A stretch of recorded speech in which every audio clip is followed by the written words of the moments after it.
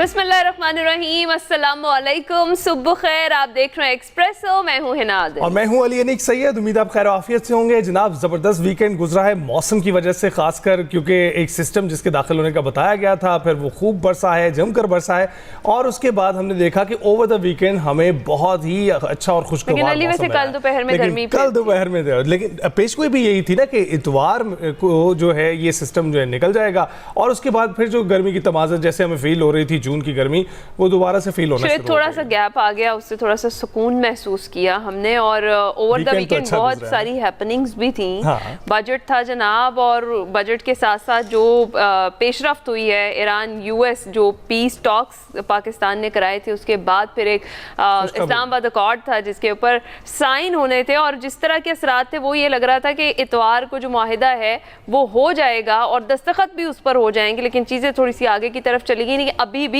मस्बत पेशरफ्त। अच्छा, लेकिन आपको पता है इतवार के रोज़ जो है डोनाल्ड ट्रंप उनकी सालगिरह थी, और बहुत सारी पेशगोइयाँ ये थी कि शायद सालगिरह वाले दिन ये किया जाए, लेकिन ईरान की जानिब से इसे मना कर दिया गया और ये सालगिरह के दिन से आगे बढ़ाया गया है। अब आपको बताते हैं इसके हवाले से जो ताज़ा तरीन अपडेट है, वो ईरान अमरीका मुआहदे की अब तय पा गया है ये, और आलमी अमन के लिए पाकिस्तान की काविशें रंग ले आई हैं। वज़ीर आज़म शहबाज शरीफ ने अपने एक्स पर पैगाम में ये लिखा है कि ईरान अमरीका मुआहदा तवील मुज़ाकरात के बाद तय पा गया है, और लबनान समेत तमाम महाजों पर फौजी कार्रवाइयों के फौरी खात्मे पर इत्तफाक हो गया है। मुआहदे पर दस्तखत की तकरीब 19 जून को स्विट्जरलैंड में होगी। मुआहदे के लिए कतर, सऊदी अरब और तुर्की के किरदार को वो सराहते हैं, और दोनों ममालिक ने तनाज़े के हल के लिए सिफारती रास्ता इख्तियार किया है। इस हफ्ते इजलास में तकनीकी और इंतजामी अमूर को हतमी शक्ल दी जाएगी। ईरान अमरीका मुआहदे पर अमरीकी सदर ट्रंप कहते हैं कि ये अजीम मुआहदा पूरे खित्ते में अमन और सलामती लेकर आएगा।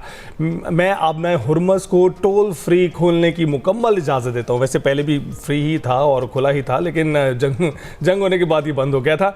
अच्छा, उनका ये कहना है कि बहरी नाकाबंदी जो की गई है वो भी फौरी ख़त्म की जाती है, और जुमे के रोज़ मुआहदे पर दस्तखत होने के बाद हुर्मस को खोल दिया जाएगा। ईरान ने भी अमन मुआहदे पर इत्तफाक की तस्दीक कर दी है, और नायब ईरानी वज़ीर ख़ारजा कासिम गरीबाबादी हैं, वो ये कहते हैं कि मुफाहमती याददाश्त का मतन हतमी दे दिया गया है। इस्लामाबाद अकॉर्ड पर दस्तखत जुमे को स्विट्ज़रलैंड में हो जाएंगे। अमेरिका की बहरी नाकाबंदी आज रात से ख़त्म हो जाएगी, और मुफाहमती याददाश्त का मतलब दुश्मन पर एतमाद करना नहीं, बल्कि हतमी मुआहदे के लिए मुज़ाकरात 60 दिन में होंगे। मुआहदे की पासदारी ना हुई तो ईरान रद्द-ए-अमल देगा। और ईरान की फौजी ताकत ने मुआहदे के मतन को हतमी शक्ल देने में मदद की है, उनका ये कहना था। दुनिया भर के आलमी रहनुमा ईरान अमरीका मुआहदे का खैर मकदम कर रहे हैं और दोनों फरीकैन को मुबारकबाद दे रहे हैं।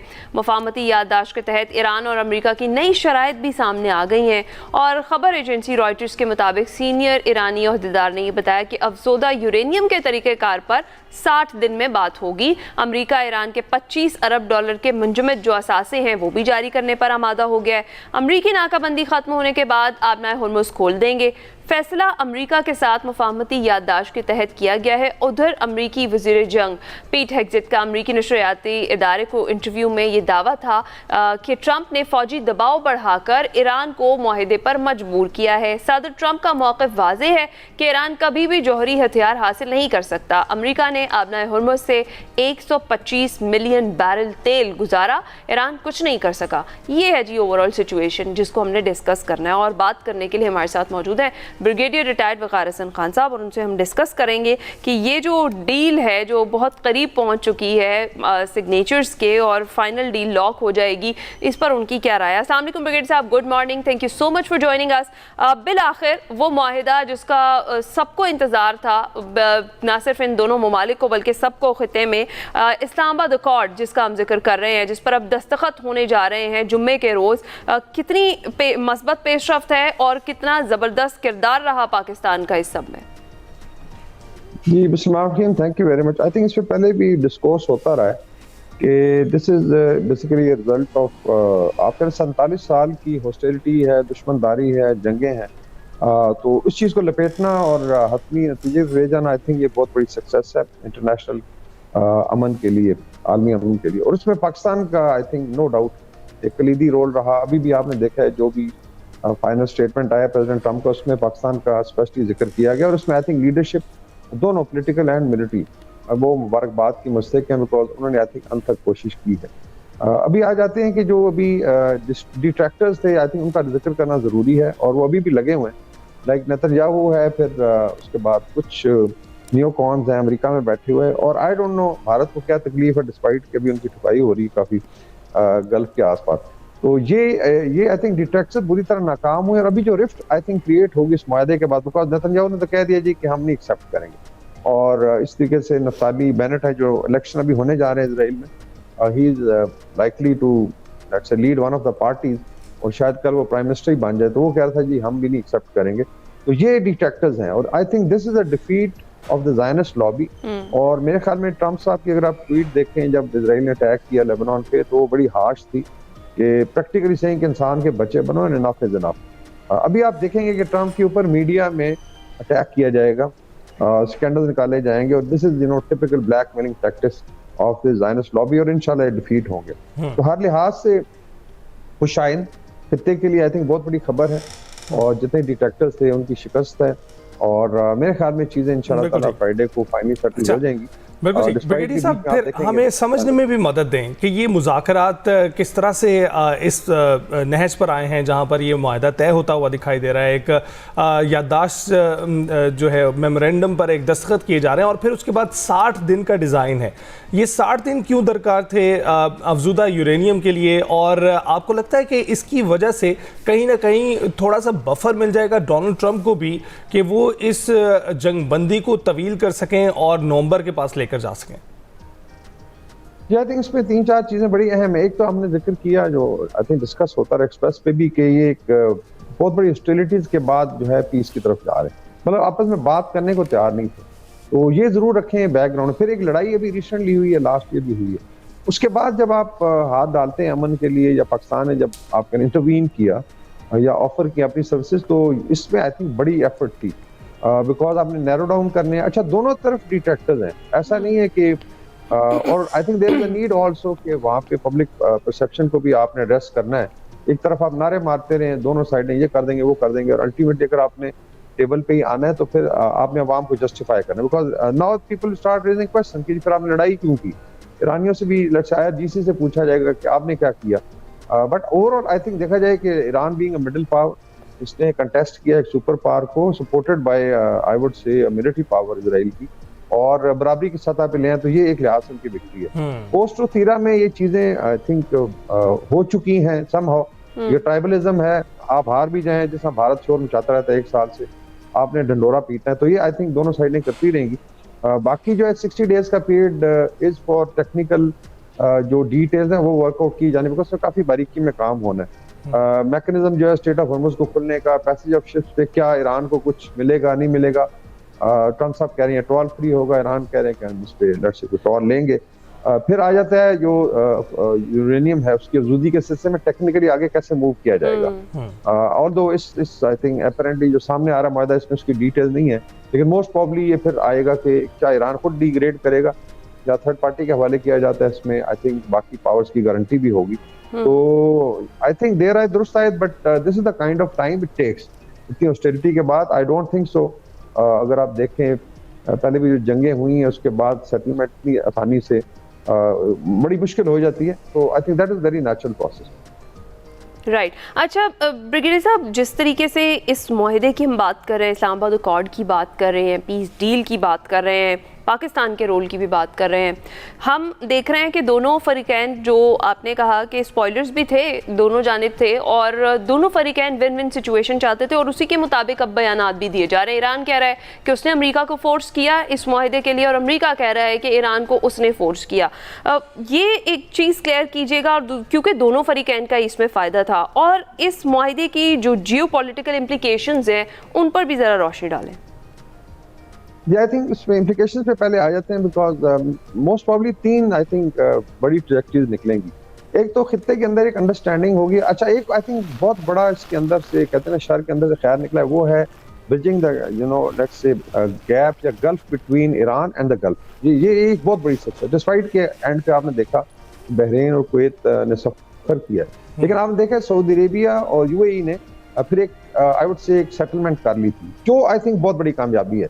कि जो शिज़म्स हैं इस्लामिक वर्ल्ड में, स्पेशली मिडिल ईस्ट में, अगर हम इनसे बाहर निकल आए तो देयर इज अ ह्यूज। तो एक ये है जो आई वुड से रिप्रोचमा है। दूसरा would be now the region realizing may be Iran also join कि यार ये जो बाहर से आप लेते हैं फोर्सेज और सुपर पावर कंट्रीज का कोई फायदा नहीं है, because then they will play.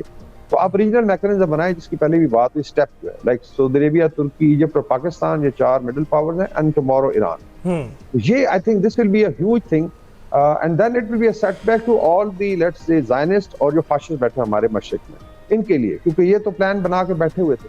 And third will be Zionist lobby का जो डर था, जो आप कह लें उनका एक खौफ था लोगों पे, और अरब वर्ल्ड में भी एक अंडरस्टैंडिंग है अरब स्ट्रीट में कि ये किसी के सके नहीं है। तो आई थिंक ये 3 बहुत बड़ी डेवलपमेंट। आई थिंक चौथी वुड बी कि अमेरिकन प्रेस्टीज को बहुत बड़ा धक्का लगेगा, बिकॉज अल्टीमेटली आप एक डिलिबरेट वॉर में गए, कन्वेंशनल वेपन यूज किया, और अब अगर से बराबरी की सतह पे आउट होते हैं तो सुपर पावर की डिफीट होती है। तो मेरे ख्याल में सिल्वर लाइनिंग है, फिर मेन स्ट्रीमिंग हो जाती है, अब रीजन की आना जाना शुरू हो जाएगा।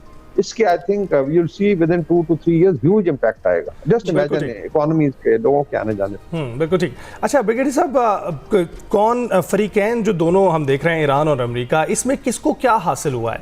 एक जानब हम देख रहे हैं आबनाए हुर्मुज़ पर एक रिट कायम हुई है ईरान की, और उसके बाद हम देखते हैं कि जिस तरह से उन्होंने अमरीकी बेसिस को निशाना बनाया, वो दैट वाज अ न्यू, क्योंकि ना अरब ममालिक एक्सपेक्ट कर रहे थे, ना ही अमरीका और इसराइल ये एक्सपेक्ट कर रहे थे कि उनको निशाना बनाया जाएगा वहाँ बेसिस को।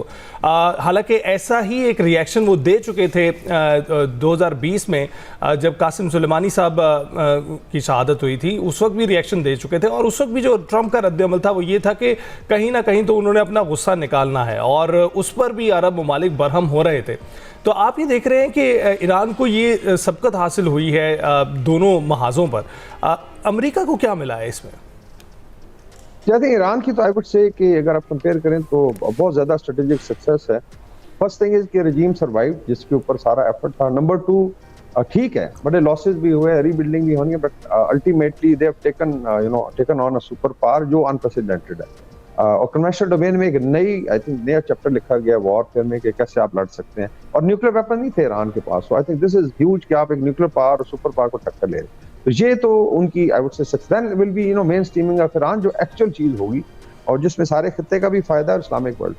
फिर आ जाता है अमेरिका का। आई वुड से कि बहुत ज्यादा डेंट हुई है।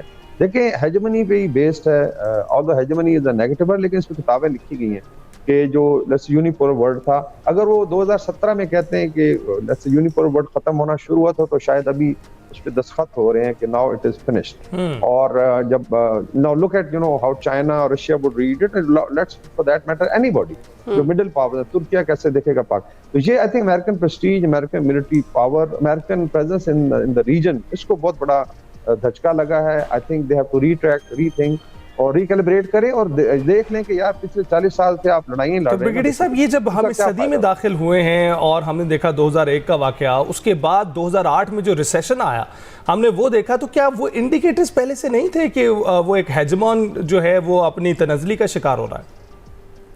ये देखिए, इनको एडवाइस तो करते हैं इवन रियलिस्ट लाइक जॉन मार्शैमर वगैरह कि आप ये मत करें, और आपकी और बड़े चैलेंजेस लाइक अगर देखें ना, टाई फ्रंट ये कहते हैं, एक यूरोप का है जहाँ लड़ाई हो रही है, एक चाइना के साथ है, एक मिडिल ईस्ट है। तो आधे फ्रंट पे सारी एफर्ट आप लगा दें, तो बाकी जो मेन फ्रंट्स पे आप क्या करेंगे? I think this is one lesson they have to learn, और इसमें इनको बड़े एडवाइस किया लोगों ने, because this was not a very popular war in America, was nothing war. अच्छा ब्रिगेडियर साहब, आगाज में आपने स्पॉयलर्स का जिक्र किया और आपने इंडियंस का जिस तरह से जिक्र किया, आपने कहा कि उनके साथ बड़ी बुरी हो रही है, लेकिन फिर भी बाज नहीं आ रही। ये बताएं कि लास्ट क्वेश्चन है मेरा आपसे कि ये अमेरिका इंडियन जो कमर्शियल शिप्स हैं उन पर अटैक क्यों कर रहा है, and why Modi is scared?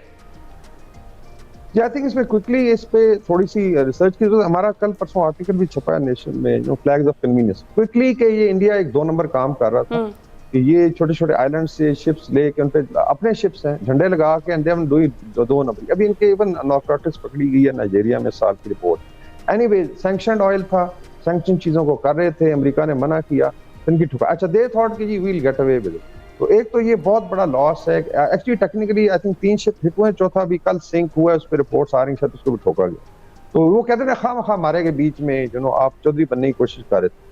दूसरा आ जाता है कि इनका रिस्पांस बड़ा पैथेटिक था, बड़ा पैसिव इस पर डिस्कशन हो रही है कि अभी तक मोदी साहब एक लफ्ज नहीं कह सकते। आई थिंक कल जेनेवा में मिल रहे हैं, फिर जाके उनके बूथ पॉलिश करेंगे।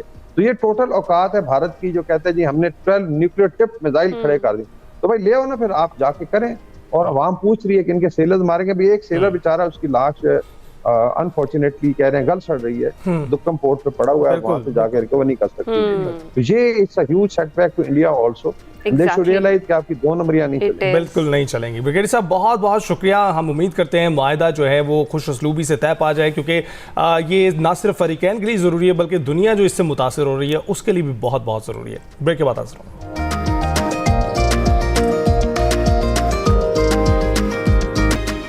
Welcome back to Expresso. जो इंतहाई इंपॉर्टेंट टॉपिक डिस्कस कर रहे थे ब्रेक पर जाने से पहले, अमेरिका ईरान जो मुआहिदा है उसके लिए तारीख तय पा गई है, 19 जून को दस्तखत उसके ऊपर होने हैं, और आलमी ये जो अमन है उसके लिए जो पाकिस्तान की काविशें हैं वो रंग ले आई हैं, इस पर हम बात कर रहे हैं।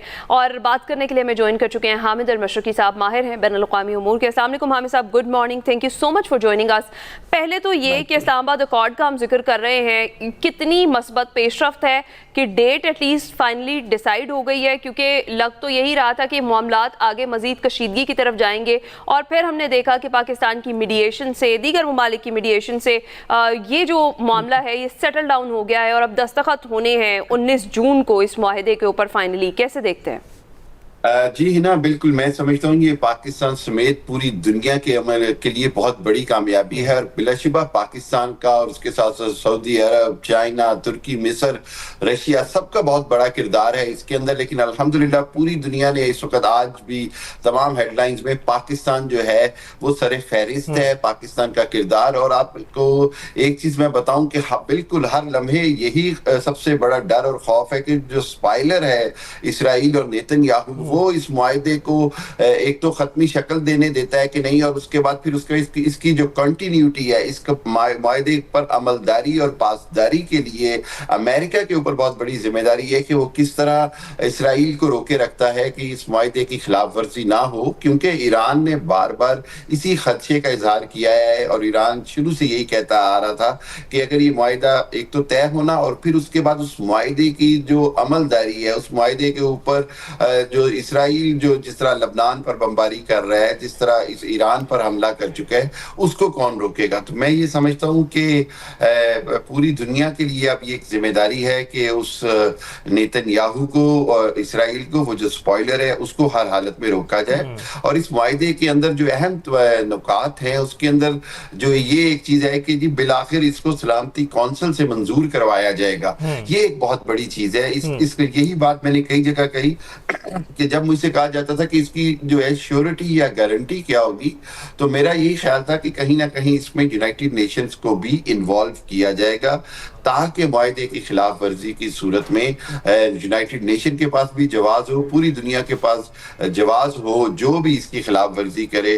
और बज़ाहिर तौर पर मैं समझता हूँ कि ये दोनों के लिए, अमेरिका और ईरान दोनों के लिए फेस सेविंग भी है, दोनों के लिए विन विन है, और बड़ी अहम पेशरफ्त होगी अगले 60 दिनों में। आप दुरुस्त कह रहे हैं, विन विन सिचुएशन तो बन गई है, लेकिन ये जिस स्पॉइलर का आप जिक्र कर रहे हैं, जिसके लिए सबके खदशात हैं कि इसराइल इस डील को लॉक होने देता भी है उस तरीके से या नहीं, तो उसको लगाम पर डालनी तो अमेरिका नहीं है बिलाखिर। तो आपको लगता है कि इस वक्त फिर सदर ट्रंप जो हैं वो ये डिसाइड करेंगे कि ये पीस डील, इसका लॉक होना ज्यादा जरूरी है? डेफिनेटली, बिल्कुल। देखिए, अमेरिका, अगर आप इसराइल की तमाम पिछले 70 साल की हिस्ट्री देखें तो वो कुछ भी ऐसा नहीं कर सकता था अगर उसको अमेरिका की भरपूर पुष्टपनाही ना होती, और यहूदी लॉबी जो अमेरिका में इंतहाई एक्टिव है, उसके जरिए इसराइल को जो हमायत मिलती रही है, उसी के नतीजे में इसराइल ने इतने मुजालिम किए हैं। लेकिन अब सूरत हाल डिफरेंट है। इस तरह के रिपब्लिकन्स के अंदर भी, अमेरिकन कांग्रेस में, अमेरिकन एस्टेब्लिशमेंट के अंदर, पेंटागन के अंदर ये बात बड़ी वाज़ेह तौर पर महसूस की जा रही है कि जो इसराइली जो मुफादात हैं वो अमरीकी मुफादात पर सबकत दे गए हैं, और खुद अमरीकी अवाम के अंदर इसके अंदर बहुत सारे तहफ़्फ़ुज़ात हैं। मैं ये समझता हूँ कि खुद president Trump, vice president JD Vance बड़ा खुला इजहार कर चुके हैं कि अब नेतन्याहू को हर हालत में इसकी पासदारी करनी होगी, और अगर नहीं करेंगे तो एटलीस्ट जो ईरान अगर कोई जवाबी कार्रवाई करेगा तो उसके ऊपर फिर अमेरिका को कोई इखलाकी या कानूनी जवाब नहीं होगा कि उसके जवाब में अमेरिका ईरान पर कोई हमला करे, और पूरी दुनिया जो है वो ईरान की हमायत करती नजर आएगी। आपको हमें लगता है कि इतना डिटैच अमेरिका अपने आप को कर पाएगा इसराइल से? बहुत अहम बात है, बिल्कुल बहुत मुश्किल है इतना डिटैच करेगा, लेकिन जिस अंदाज में ये 60 दिन की जंग, 36 दिन की जंग और फिर उसके बाद ये सीज फायर रहा और ईरान ने जिस अंदाज में ये लड़ा है और उसके बाद जिस अंदाज में इसराइल की वो कोशिश नाकाम हुई जिसमें कोशिश थी कि सऊदी अरब या बाकी अरब ममालिक को ईरान से जंग करवा दी जाए, उसमें जो नाकामी हुई, पाकिस्तान का बहुत बड़ा किरदार है। उसके बाद बहरहाल दुनिया में इसराइल तारीखी तौर पर आज जितना तनहा है, इससे पहले कभी भी इतना तनहा नहीं। हम सब ये भी बताइएगा कि पहले जब जंगबंदी हुई थी उस वक्त भी हमारे वजीर आजम ने बयान जारी किया था जिस पर तनकीद हो रही थी शुरू में, और फिर जब वो अमलदारी हुई उस पर तो लोग सरप्राइज थे कि कैसे वजीर आजम शहबाज शरीफ के बयान पर जो है चीज़ें उस पर अमल हो रहा है। और हमने देखा लेबनान जंग के हवाले से भी उन्होंने बात की थी बिल्कुल कि वो भी मुआहदे का हिस्सा है, और फिर हमने देखा कि फिर उसको भी बंद करवाया गया। अब भी जो है तारीख पहली बार दी गई है और 19 तारीख का कहा जा रहा है, 19 जून का बताया जा रहा है, और हम देख रहे हैं कि वो भी वज़ीर आज़म शहबाज शरीफ ने ही बयान जारी किया है उसके मुतालिक भी। तो कितना इंपॉर्टेंट रोल आप पाकिस्तान का देख रहे हैं, क्योंकि दीगर ममालिक ने भी अपना किरदार तो अदा किया है, लेकिन पाकिस्तान जहाँ दिखाई दे रहा है वो सर फहरिस्त है। देखिए, पाकिस्तान की हुकूमत ने, फील्ड मार्शल आसिम मुनीर साहब ने, मोहसिन नकवी साहब, डिप्टी प्राइम मिनिस्टर इसहाक डार, प्राइम मिनिस्टर शहबाज, इन सब ने बड़ी अनथक मेहनत की उस सारी शटल डिप्लोमेसी में, मुआहदे के नुकात को फाइनल करने में, मुआहदे के हर स्टेप बाय स्टेप पाकिस्तान मुकम्मल तौर पर नेगोशिएटर के तौर पर, फैसिलिटेटर के तौर पर, बल्कि मैं तो कहूंगा कि कई जगह पर गारंटर के तौर पर भी इन्वॉल्व है। उसके अंदर चाइना की बिला वास्ता गारंटी जो है वो पाकिस्तान के थ्रू ही जा रही है।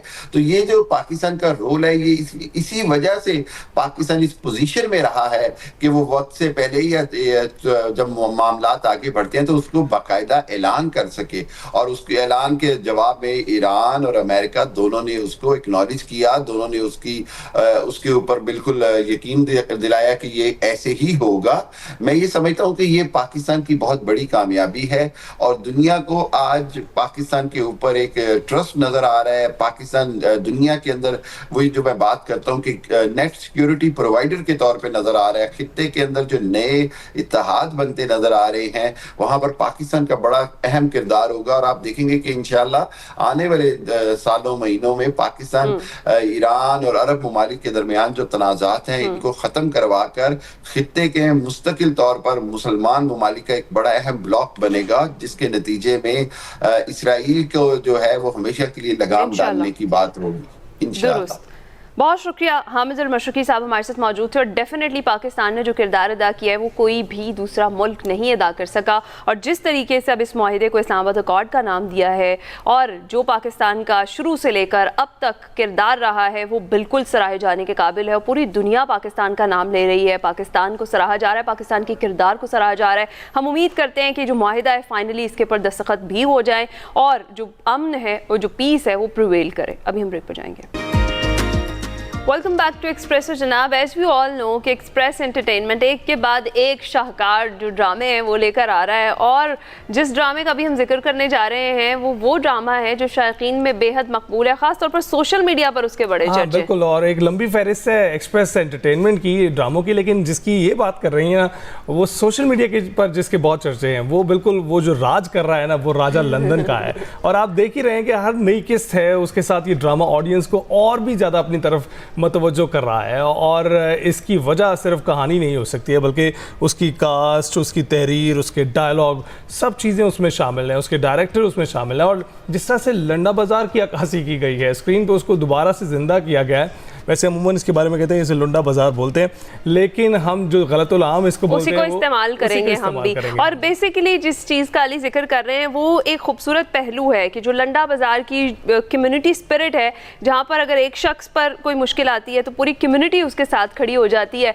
और ख़ास तौर पर जब हम किरदारों की बात करते हैं, अपने एक्टर्स की बात करते हैं, तो वो क्या ही काम कर रहे हैं। समर जाफरी की अदाकारी, उमैमा सलीम, उनकी बड़ी नेचुरल सी परफॉर्मेंस है, उसके तहत उन्होंने तो शायकीन के दिल जीत लिए। बिल्कुल, और ज़ाव्यार, नुमान एजाज, देखें जो वालिद हैं वो इतने बड़े स्टार हैं, इतने अच्छे अदाकार हैं, और वही जीन्स जो हैं वो मुंतकिल हुए हैं। हमें दिखाई दे रहा है कि ज़ाव्यार भी उसी नक्शे कदम पे चलते हुए वैसे ही आगे बढ़ रहे हैं। मजबूत स्क्रीन प्रेजेंस है उनकी, मुतासिर कुन अदाकारी है, और हर मंजर को उन्होंने असर अंगेज़ बना दिया है। तो पहले कुछ झलकियाँ देखते हैं।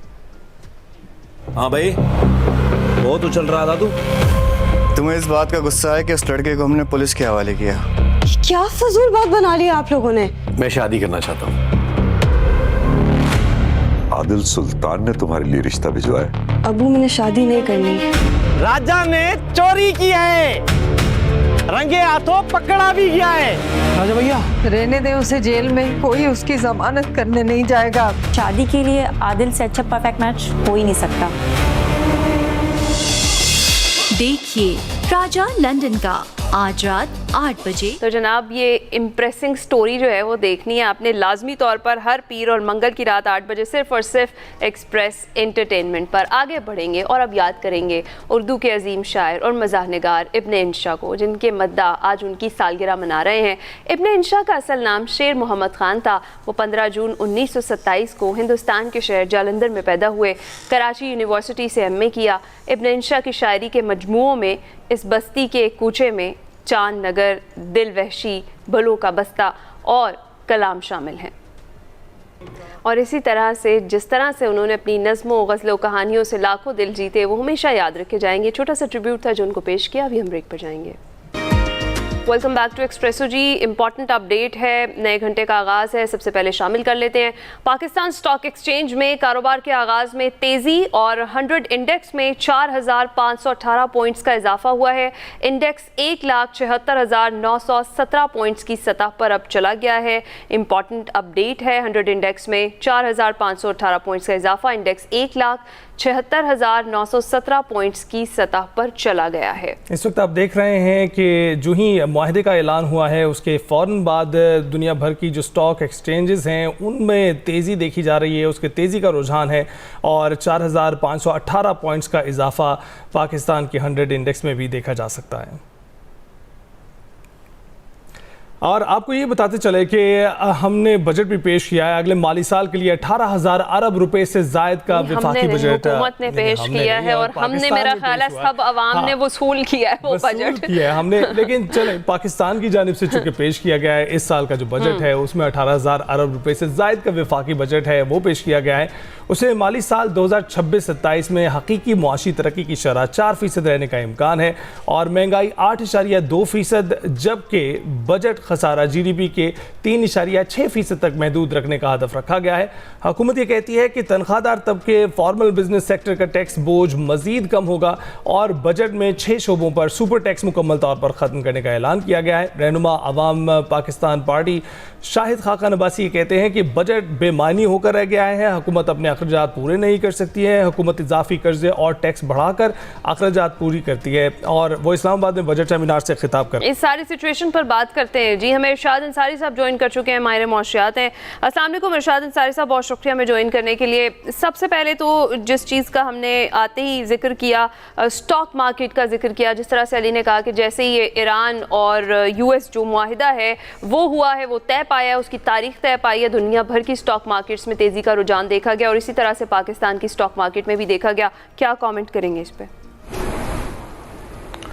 जी देखिए, डेफिनेटली इसका यही इम्पैक्ट आना था और पूरी दुनिया जो है इस पे नज़र रखे हुए थी और यही नहीं है, और इसके अलावा हमारी जो स्टॉक मार्केट के साथ साथ हमारी जो गोल्ड मार्केट है और इसी तरह जो है वो हमारी सिल्वर मार्केट है, उस पर भी इसका इम्पैक्ट आएगा और डेफिनेटली आगे चल के ये स्टॉक मार्केट में मज़ीद बेहतरी आएगी, क्योंकि जो इक़्तिसादी माहिरीन थे वो ये पहले से ही प्रेडिक्ट कर रहे थे कि अगर ये जंग मज़ीद तूल पकड़ती है तो उससे मसाइल काफ़ी गंभीर हो जाएंगे और उसका हमने देखा भी, माजी में इम्पैक्ट देखा भी।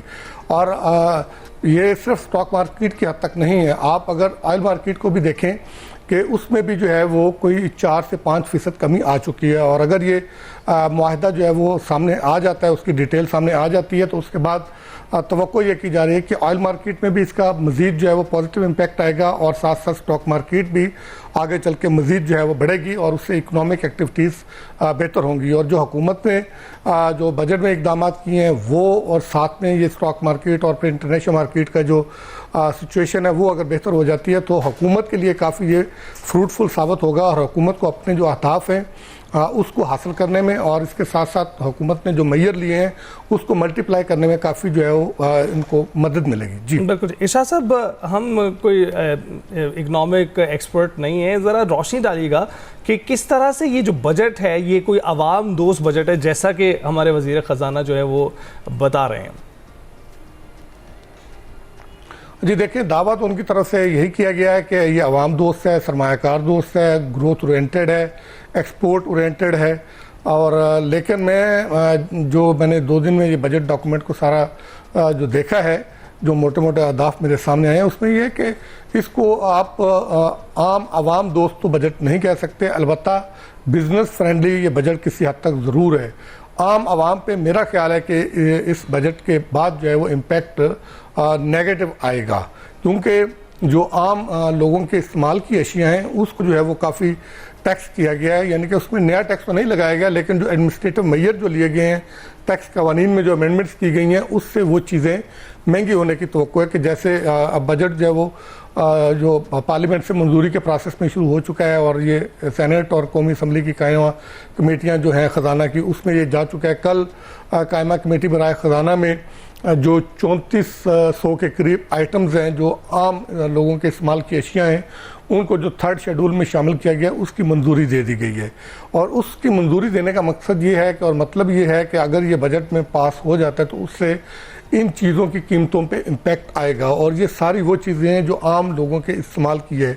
इसमें बच्चों के फार्मूला दूध से लेकर चीनी और इस तरह की पैकिंग की जो मटेरियल की जो जितने आइटम्स हैं, ये 3400 के करीब ये आइटम्स बनते हैं, ये सारे आइटम्स हैं। और इन पे इस वक्त जो है वो टैक्स जो था वो बाज़ चीज़ों पे कंसेशनरी रेट था और बाज़ पे जो है वो रेट तो मतलब कंसेशनरी था, लेकिन उसकी प्राइस जो है वो उस पर जो पैकिंग मटेरियल था उस पर प्रिंटिंग उसकी लाजमी नहीं थी। लेकिन अब जो है ये सारी जो अशिया हैं इनकी एक तो उनकी पैकिंग पे प्राइस, रिटेल प्राइस जो है उस पर प्रिंट करना लाजमी होगी, और अगर उसको जो है वो प्रिंट नहीं किया जाता तो उसके खिलाफ जो है वो कार्रवाई होगी, जुर्माने होंगे और डेफिनेटली इन चीज़ों की कीमतें जो है वो बढ़ने का इम्कान है। अच्छा इरशाद अंसारी साहब, जो अगर हम टेक्निकली देखते हैं बजट 2026-27 जिसमें जो हकीकी मुआशी शरह नमो का हदफ है वो 4% रखा गया है, तो 8.2% महंगाई, जबकि जो बजट खसारा जीडीपी के 3.6% तक महदूद रखने का टारगेट रखा गया है, इसके तनाजुर में ये जो टारगेट, ये जो हदफ रखा गया है, ये कितना ज़्यादा काबिल हुसूल है? देखें, पिछले भी अगर आप सारे बजट को देख लेना, अहदाफ ऐसा ही होता है कि बहुत कम होता है कि सारे अहदाफ हासिल हों। और फिर हुकूमत बार बार हम कहते हैं कि वो 3-4 उन्होंने एक रखे हुए होते हैं उसके अवामल, जिनको जो उसका मोरद इल्ज़ाम ठहराया जाता है।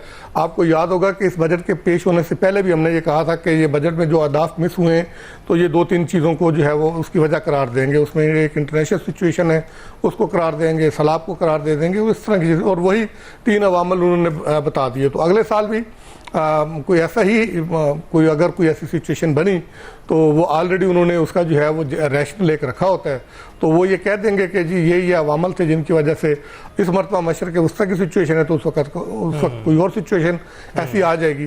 तो अलबत्ता अहदाफ इसी तरह होता है। असल में अहदाफ की जो तकर्री होती है ना, उसमें थोड़े से मसाइल होते हैं, वो उस तरह ज़मीनी हक़ाइक़ से जो है वो हम आहंग नहीं होते।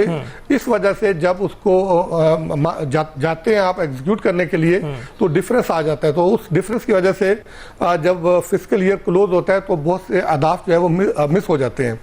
अगर आपके जो अहदाफ हैं, मुआशी अहदाफ, उनको मुकर्रर करने का जो तरीका है, मैकेनिज़्म है, उसको फुल प्रूफ बना लिया जाए तो फिर मामला जो है वो काफ़ी बेहतर हो सकते हैं। अभी अदाद शुमार जो है वो मतलब आप यूँ कह लें कि एक बड़ी टर्म यूज़ होती थी शौकत अजीज़ के दौर में कि फिगर निकाले जाते हैं, बनाए नहीं जाते।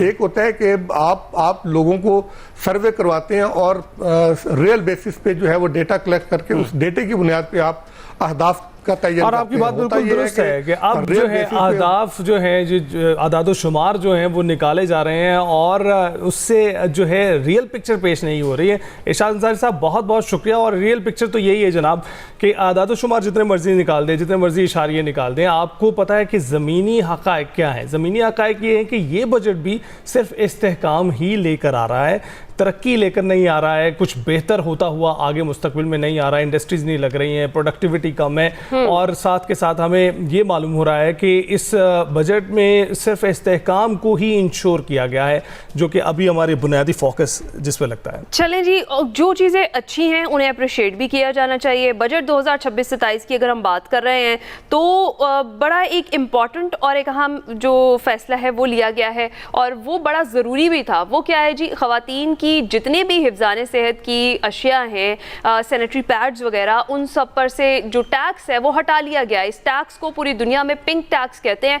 और अब पाकिस्तान भी हम प्राउडली कह सकते हैं कि उन ममालिक की फहरिस्त में शामिल हो गया है जहाँ पर ये जो पिंक टैक्स है ये वसूल अब नहीं किया जाएगा आगे से। ये बड़ी ज़बरदस्त और अच्छी चीज़ है ताकि तमाम घरों तक ये जो बुनियादी ज़रूरी अशिया है, कोई लग्जरी तो है नहीं, वहाँ तक पहुँचे।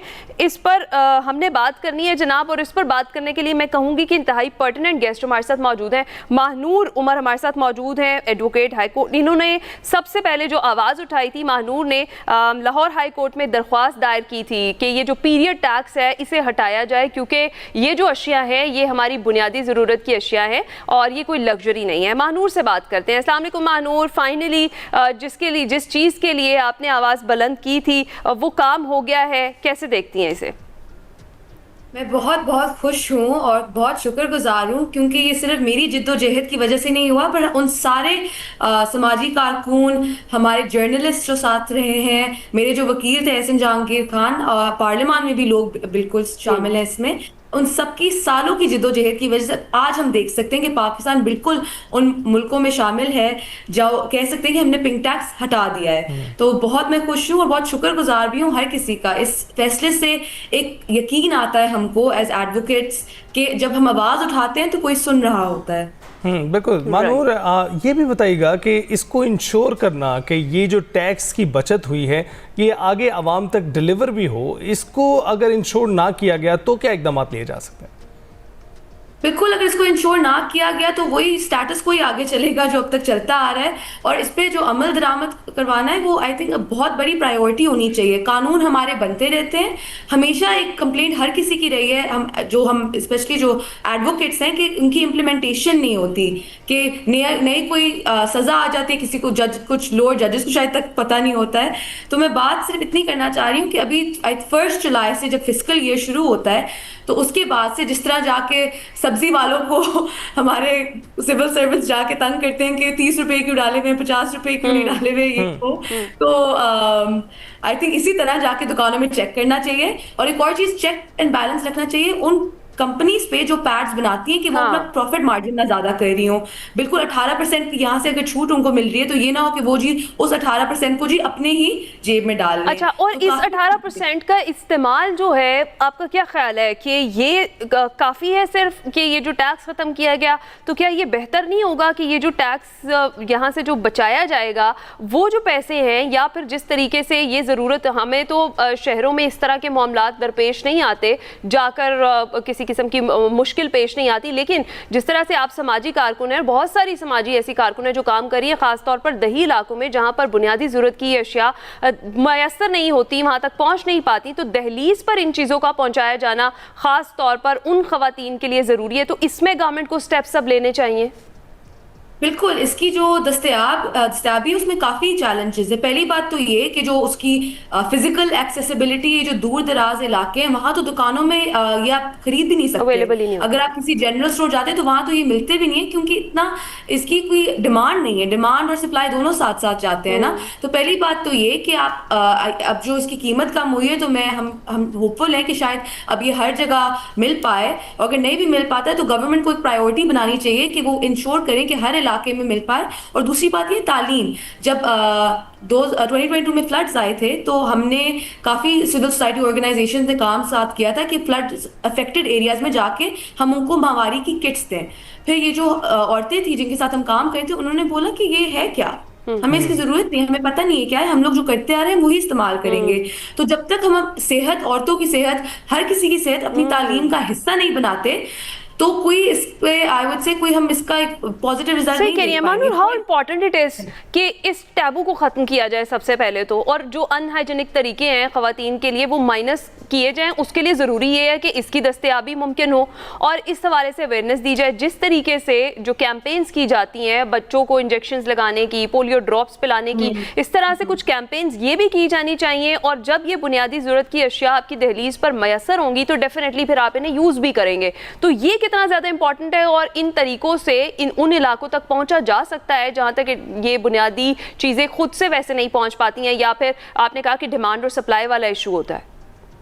बिल्कुल, आपने एक बहुत अच्छी एग्जांपल ली है जो पोलियो वैक्सीनेशन की। आप देख सकते हैं कुछ इलाकों में तो पोलियो जैसी चीज के ऊपर भी स्टिग्मा अब लग गया कि कौन हमें क्या बताने आ रहे हैं, क्या दवाई है। ये कोई इस तरह की जो नई नई चीजें होती है तो लोग इससे थोड़ा सा स्केप्टिकल होते हैं, वो थोड़ा सा डरते हैं कि ये है क्या, आप हमें क्या दे रहे हैं, आप हमें क्यों दे रहे हैं। तो बिल्कुल आई तो थिंक, मुझे तो लगता है कि बचपन से स्कूलों में हमें अपनी तालीमी किताबों के अंदर डाल देना चाहिए सेहत की इस तरह की जो टॉपिक्स हैं, माहवारी पर बात होनी चाहिए इस तरह। बिल्कुल, और सोसाइटी में भी जो कम्युनिटी सेंटर्स हैं, मैं तो कहती हूँ औरतों के जो मस्जिद का एरिया, वहां भी हम लोग कोई सेशंस होल्ड कर सकते हैं जहाँ वो एक दूसरे से बात करें अपनी सेहत का किस तरह ख्याल रखते हैं। तो ये तो वजू का भी एक कहते हैं ना एक हिस्सा है, अपना सही से ख्याल रखना, अपनी सफाई का, सेहत का ख्याल रखना इस तरह से।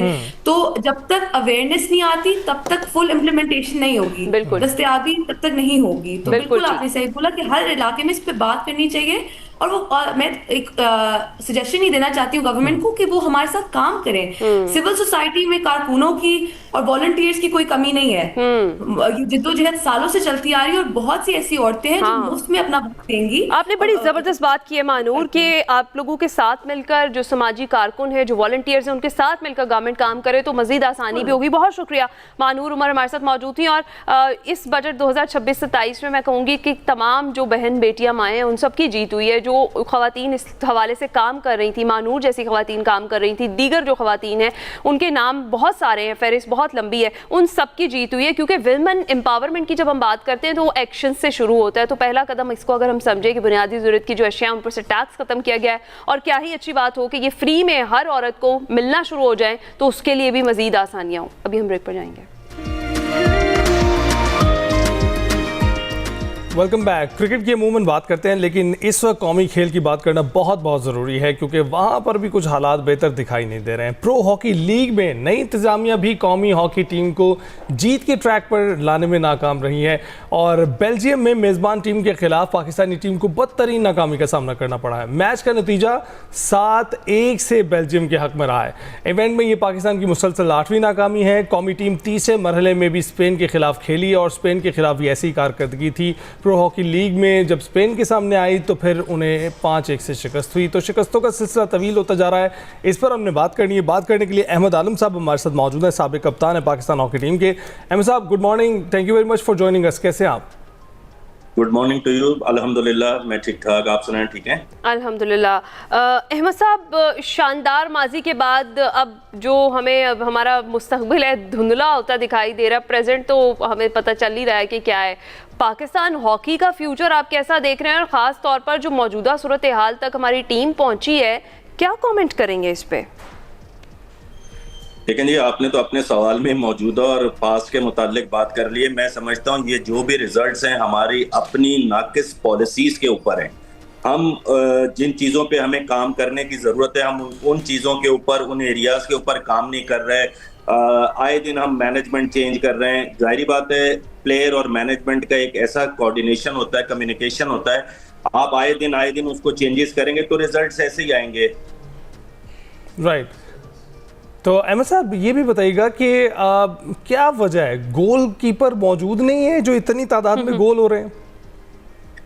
देखें, मैं काफ़ी अरसे से इस चीज़ के ऊपर फोकस कर रहा हूँ और मैंने डिफरेंट प्लेटफॉर्म्स पे और फेडरेशंस को इस चीज़ से आगाह किया है कि पास में गोलकीपर्स एकेडमीज होती थी जिसके अंदर 25-30 goalkeeper at a time pool में हमारे पास मौजूद होते थे।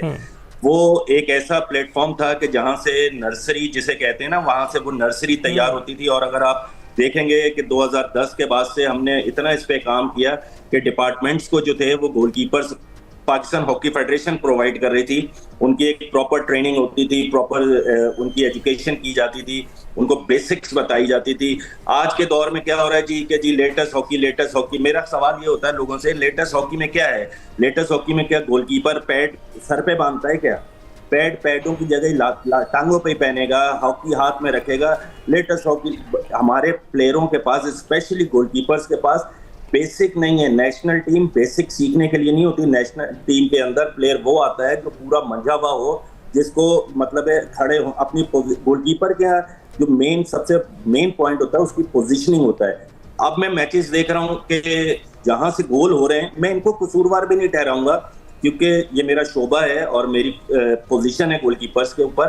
तो जब भी मेरी कभी किसी से बात होती है बच्चों से गोलकीपर से, वो कहते हैं जी ट्रेनिंग। जाहिर बात है जब उनको ट्रेनिंग ही नहीं उस लेवल की मिलेगी कि जो उनकी बेसिक्स को, उनके फुटवर्क को, उनकी पोजीशनिंग को, जो मेजर चीजें होती हैं गोलकीपर में, उसकी पोजीशनिंग होती है, उसकी डिसीजन मेकिंग होती है, आप वो बच्चे वो करेंगे ही नहीं तो फिर वो कहाँ से इंप्रूव करेंगे? लामोला उसका असर जो है वो आपके ऊपर पड़ेगा ना, टीम के ऊपर। आपके ऊपर 10 ट्राइयां 6 गोल, 10 ट्राइयां 5 गोल, तो ये बहुत मुश्किल है। जब तक गोलकीपर सपोर्ट नहीं करेगा अपनी टीम को, बहुत मुश्किल है।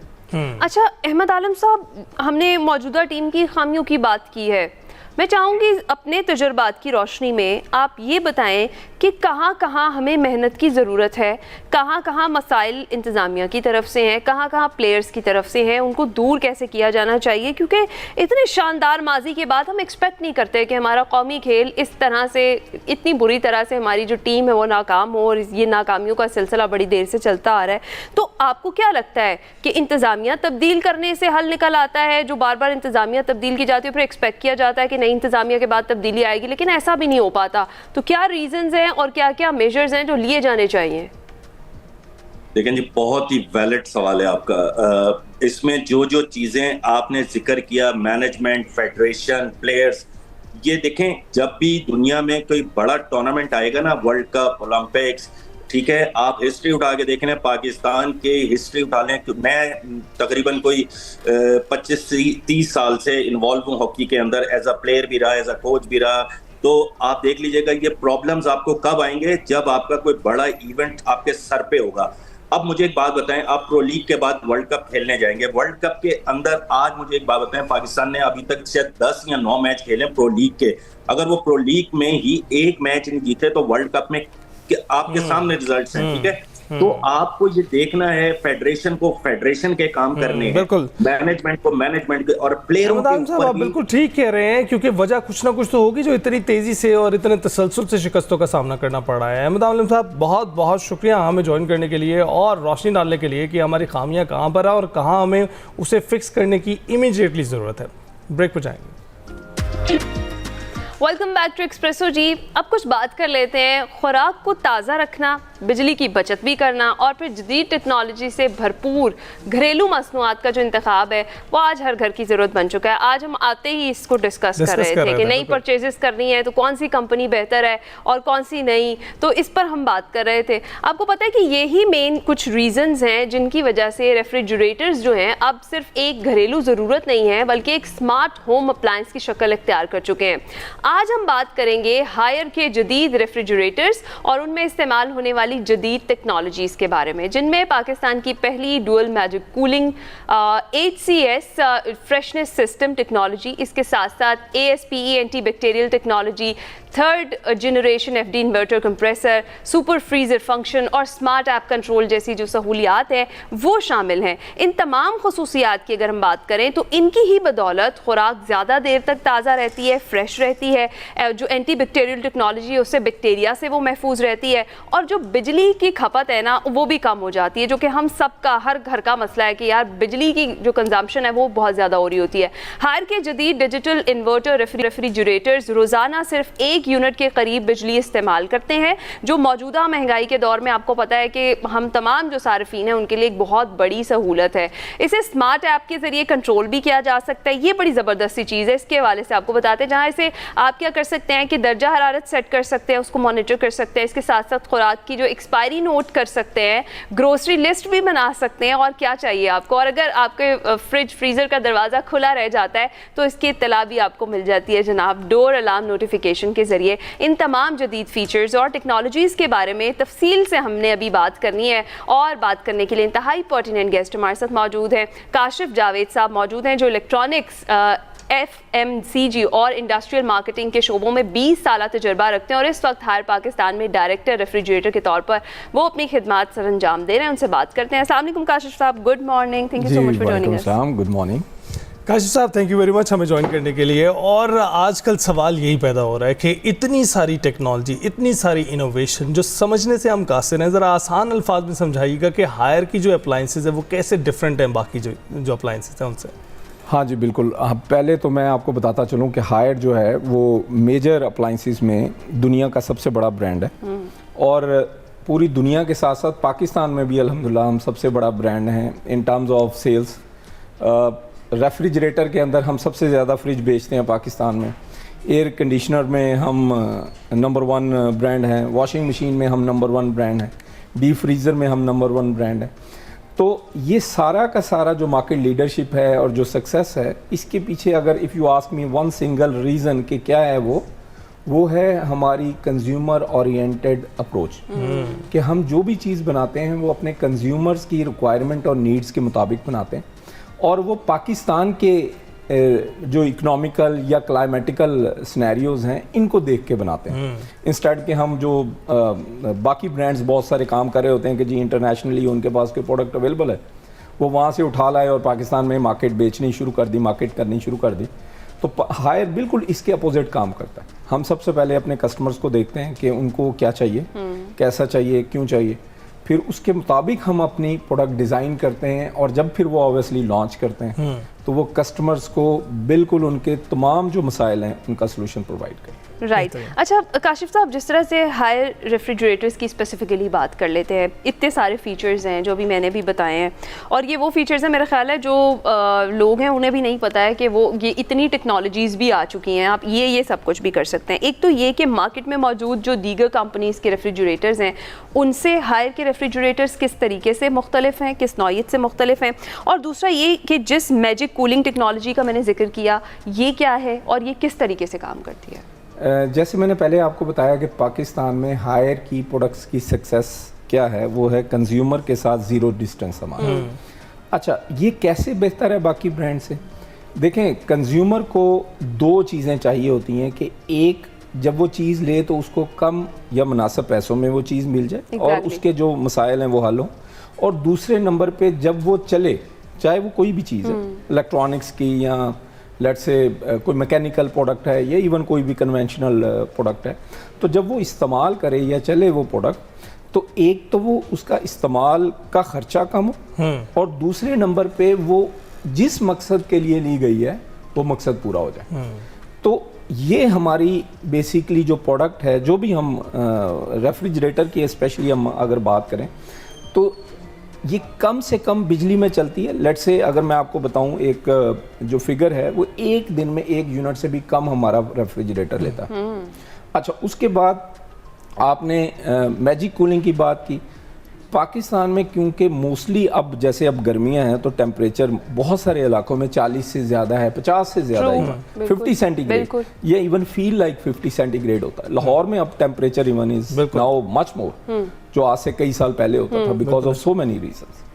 तो मैजिक कूलिंग बेसिकली आपके रेफ्रिजरेटर के अंदर एक रिक्वायर्ड एक्सेसिव और फास्टर कूलिंग प्रोवाइड करता है रेफ पोर्शन में as well as freezer portion में। और ये जब कूलिंग प्रोवाइड करता है जो आपको रिक्वायर्ड है, आपने जो चीज़ें फ्रोज करनी है, इवन अगर मैं सादा ज़बान में बात करूं बर्फ़ जमानी है, तो उसके लिए फिर जो रिक्वायर्ड बिजली है वो भी कम से कम इस्तेमाल करता है। मतलब परफॉर्मेंस सबसे बेस्ट, राइट, और जो बिजली का खर्च है वो सबसे कम। तो this is what makes us the best brand इन पाकिस्तान। बिल्कुल ठीक है। अच्छा काशिफ साहब, ये बताएं कि कूलिंग टेक्नोलॉजीज़ के एतबार से अब बहुत सारी डिबेट ये है कि कितनी कूलिंग होनी चाहिए किसी रेफ्रिजरेटर में, और आमतौर पर लोग जो है ना उसको एसी समझ लेते हैं कि दरवाज़ा खोलें तो हवा आए, आपको ऐसी ठंडी हवा आए। तो इतनी ठंडी हवा क्या फूड के लिए ठीक होती है? देखें, excess of everything is bad, ये तो एक प्रवर्ब है और प्रूव्ड एक यूनिवर्सल ट्रूथ है। हमें फिर डिफरेंशिएट करना है कि एयर कंडीशनिंग प्रोडक्ट जो है वो कूलिंग है पूरे रूम में प्रोड्यूस करने के लिए, और रेफ है एक स्मॉल या एक स्पेसिफिक कंपार्टमेंट में कूलिंग प्रोड्यूस करने के लिए। तो हमारी एक मिथ है हमारे लोगों की कि हम फ्रिज का दरवाज़ा खोलें तो एक मिस्ट निकले और हम कहें अब एक्चुअली ये इसके लिए एसी बनाया गया है। अब जो रेफ के अंदर कूलिंग है, वो रेफ के अंदर जो चीज़ें आपने फ्रिज के अंदर स्टोर की हैं, चाहे फ्रीजर पोर्शन में या रेफ पोर्शन में, उनको उनकी लाइफ को बढ़ाने के लिए प्रोडक्ट इस्तेमाल होती है और करनी भी उसी के लिए चाहिए। अदरवाइज वो नॉर्मली आजकल जो बच्चे हैं या इवन जो कुछ शरारती जो एजेड लोग भी हैं, वो क्या करते हैं, दरवाजा खोल के कहते हैं हाँ बहुत ये तो हमारे बचपन की यादें हैं ना, जो हमें उस वक्त की आदतें पड़ी हुई हैं उन फ्रीजर्स की, फ्रिजेस की। जैसे खोलें तो वो एक ताजगी के एहसास के लिए हम खोल के भी खड़े हो जाते हैं। आप सही कह रहे हैं कि इस फूड को जितनी ज़रूरत होती है उतनी वो मेंटेन कर लेते हैं। अच्छा, ये जो एंटी बैक्टीरियल टेक्नोलॉजी है, इसका इस्तेमाल है, ये भी बताइए। और दूसरा ये भी बताइएगा हमें कि हाई रेफ्रिजरेटर के बारे में बहुत फेमस है कि जो फल और सब्जियां हैं उनकी लाइफ दोगुना हो जाती है इनके अंदर जब हम स्टोर करते हैं, बनिस्बत इसके कि दूसरे जो फ्रिजेस होते हैं उसके अंदर, क्योंकि जो एक स्पेसिफिक टेम्परेचर है वो मेंटेन किया जाता है इनमें। इस हवाले से ज़रा हमें बताएं। अच्छा, इसमें मैं बताऊं, दोनों बेसिकली अलग चीज़ें हैं बट इंटरकनेक्टेड। अच्छा, सबसे पहले तो एंटी बैक्टीरियल में बताऊं कि इस वक्त हमारे पूरे इन्वायरमेंट में स्पॉइलिंग एजेंट्स मौजूद हैं, बैक्टीरियाज हैं, वायरस हैं और बहुत सारी ऐसे चीज़ें हैं जो ख़राब कर रहे हैं हर चीज़ को। इवन इंसान बीमार हो रहे हैं, इवन जो चीज़ें रखी हैं वो ख़राब हो रही हैं। एंटी बैक्टीरियल टेक्नोलॉजी और रेफ्रिजरेटर ये बहुत बेसिकली कनेक्टेड चीज़ें हैं। हायर की अगर हम बात करें तो हम एंटी बैक्टीरियल में जो लेटेस्ट टेक्नोलॉजी है ASPE वो हम यूज़ कर रहे हैं। ये पहले मैं बताऊं कि ASPE बेसिकली क्या है, एडवांस स्टेरिलाइजेशन प्रोसेस एक्सपर्ट। ये हायर की पेटेंट टेक्नोलॉजी, ग्लोबली हमने इसको डेवलप किया और पेटेंट किया है, ये राइट्स हमारे पास हैं। ठीक है। नॉर्मली जो एंटी बैक्टीरियल टेक्नोलॉजीज होती हैं जो बाकी ब्रांड्स इस्तेमाल कर रहे हैं वो सिर्फ रेफ पोर्शन में काम करती हैं जब टेम्परेचर 2, 3, 4, 5 सेंटीग्रेड होता है। फ्रीजर पोर्शन में एंटी बैक्टीरियल टेक्नोलॉजी काम नहीं करते हैं। अच्छा, उसकी वजह क्या है कि ऑलरेडी वो माइनस में टेम्परेचर होता है, -10, 15, 20, इवन हायर का तो -25, -28 तक हमारा फ्रीजर पोर्शन जाता है। तो वहाँ पे एंटी बैक्टीरियल टेक्नोलॉजी कोई काम नहीं करती, इंस्टेड ASP के। ASPE फ्रीजर पोर्शन में भी काम करती है। और जो आपने लेट्स से आजकल आफ्टर ईद गोश्त का सीजन है, तो उसमें गोश्त रखा हुआ आपने सुना होगा डॉक्टर से कि ये खराब हो जाता है जल्दी, इसको जल्दी इस्तेमाल करें। वैसे वो सही कह रहे हैं, लेकिन ये है कि ASP की टेक्नोलॉजी की मदद से ये लॉन्गर टाइम प्रिजर्व रहता है हायर के फ्रिज में स्टोर किया हुआ। काशिफ साहब, ये तो बेहतरीन बात है। और आपने जैसा बताया कि 1 यूनिट से भी कम बिजली लेती है, तो इससे मजीद बेहतरी जो है उसमें पैदा होती है। बहुत बहुत शुक्रिया काशिफ साहब। आपको चाहिए क्या? ये एक दौड़ है जो हम देख रहे हैं कि मुख्तलिफ ब्रांड्स में लगी हुई है, लेकिन बिलाशुबा हायर उसमें सरफहरिस्त नजर आती है। ब्रेक के बाद हाजिर होंगे। Welcome back. सफारती महाज पर तो पाकिस्तान की उड़ान देखने वाली है और क्या कारनामे हमने गुज़िश्ता साल में सरअंजाम दिए हैं, क्या ही कहने, मिसालें लोग दे रहे हैं। लेकिन बहुत से मैदान अभी बाकी हैं जहां पर परफॉर्मेंस बाकी है। खेलों के मैदानों में क्या सूरत हाल हमारी बन रही है। कभी हम हॉकी की बात करें तब सूरत हाल, हम मेंस टीम की बात करें क्रिकेट टीम की तो सूरत हाल ख़राब है, और अब ICC women's T20 world cup की बात करें तो वहाँ भी पाकिस्तान को शिकस्त का सामना है। भारत ने 64 रन से शिकस्त दे दी है। 171 रन के ताक़ुब में पाकिस्तान विमेंस टीम 106 रन बनाकर आउट हो गई है और उसे 64 रन से शिकस्त का सामना करना पड़ा है। 171 रन के हदफ के ताक़ुब में पाकिस्तान को ओपनर्स मुनीबा अली और गुल फिरोज़ा ने 38 रन का आगाज़ फराम किया था। हम 12 रन बनाकर ही गुल फिरोज़ा आउट हो गई थी और उसके बाद ग्रीन शर्ट्स मोमेंटम ही बरकरार नहीं रहा। और इस पे मैं कोई कमेंट नहीं करूंगी हमेशा की तरह, क्योंकि मैं इस तरह की शिकस्तों पे कोई बात नहीं करना चाहती। क्रिकेट फैंस के बड़े दिल टूटते हैं। इसी के साथ आपसे चाहेंगे इजाज़त, मुलाकात होगी कल। अपना ख्याल रखिएगा, फीडबैक ज़रूर दीजिएगा। अल्लाह हाफ़िज़।